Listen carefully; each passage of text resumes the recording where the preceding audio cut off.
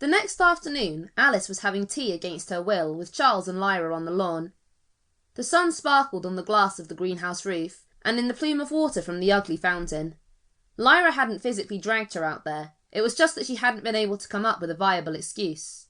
Besides, LaRue had made pound cake. Not even the Walking Dead could keep her from a good pound cake. So Alice sat in the wicker chair on the lawn, hiding from the sun under her frilled parasol, eating pound cake and wishing she were back home, sitting on the bench in her own tiny garden, sipping tea by herself. Pollen drifted through the air, glowing golden in the sun and tickling Alice's nose. The pleasant splashing of the fountain lured her into a false sleepy security, and the birds warbled and chirped cheerily. Alice closed her eyes and tried to imagine herself alone, rather than being the spectator of a stiff match of adore and ignore. She couldn't let herself doze off, though. Lyra kept eating pound cake at an alarming rate, forcing Alice to eat faster to keep up. Finally, Charles stopped bulging his eyes lovingly at Lyra and engaged her in conversation. "Where's that morbid painter?" he asked. "I believe he said he wanted to paint scenes down by the stream," Lyra said, colouring visibly. Charles grunted, his mooning taking on a darker aspect. "I don't see why Alice couldn't do our portraits," Charles said. "She's more than competent." "I'm horrible," Alice interjected. "Precisely," Lyra agreed. "We've been over this, Charles." "Well, regardless," said Charles hurriedly, "don't you think we ought to do our portrait all together?"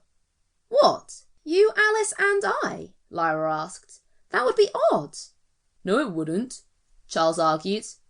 Alice took advantage of her two cousins looking at each other and quickly slipped the remaining half of the pound cake onto her plate. "I suppose, if we did it in the drawing room," Lyra mused, "with me at the harpsichord, you posed as if you were about to croak out a ballad, and Alice in the foreground, her back to the painter, pretending to paint us." Alice adjusted the flowers in the centre of the table to hide her plate. She burned with shame at these extreme measures, but what was one to do against an appetite like Lyra's? She consumed everything in her path. Alice was about to tuck into her ill-gotten prize, and Charles was about to make some doting remark, when suddenly the afternoon was completely ruined. A piercing scream came from around the corner of the house. Alice dropped her fork and parasol, nearly leaping out of her seat. Lyra turned her head with a speed to match that of her metabolism, and Charles's eyes nearly popped out onto the table. "What?" he began. Another scream followed, and a loud crunching, and then silence. Alice shivered. The birds stopped singing. The fountain splashed discordantly in the sudden stillness. Shuffling steps approached, and around the corner stepped an undead soldier. "Brains," it said, fixing its soulless eyes on Alice. It stepped out of the shadows, the sun falling on its grey-bluish-green skin. It had once been a young man, but now it stooped and hobbled like an ancient one. Blood dripped from its drooling mouth, sinews stuck between its teeth dangling like party streamers. Stitches lined its widow's peak and laced its chest, peering out from its open jacket. Not a soldier's jacket after all, but stained with fresh blood nevertheless. "Wonkers!" Alice squeaked breathlessly, seizing her pound cake. "My creature!" Lyra whispered. The creature narrowed its eyes. "Brains!" it screamed, and charged across the lawn. Alice, Lyra and Charles all squealed in unison, toppled their chairs and fled. The creature was between them and the house, so they made for the greenhouse. The pound cake slid off the porcelain plate. Alice skidded to a stop and looked back at the cake lying in the grass. "Cake!" she cried. The cake did not respond. The zombie, however, yelled enthusiastically. "Brain! Ah, brains!" As it turned out, the Walking Dead could keep her from a good pound cake.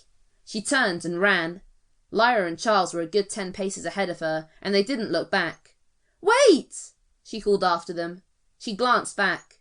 The zombie was closing in. It reached the pound cake, but stopped to pick it up. Alice ran faster. Charles and Lyra were almost to the sparkling walls of the greenhouse. The pound cake whistled past Alice's head. The zombie crowed as the cake rolled between Lyra's feet, tripping her. She toppled in a cascade of white gauze and pink ribbon, her parasol snapping underneath her. Charles ploughed up turf as he skidded to a stop and wheeled around to help her up. Alice reached them and grabbed Lyra's other arm.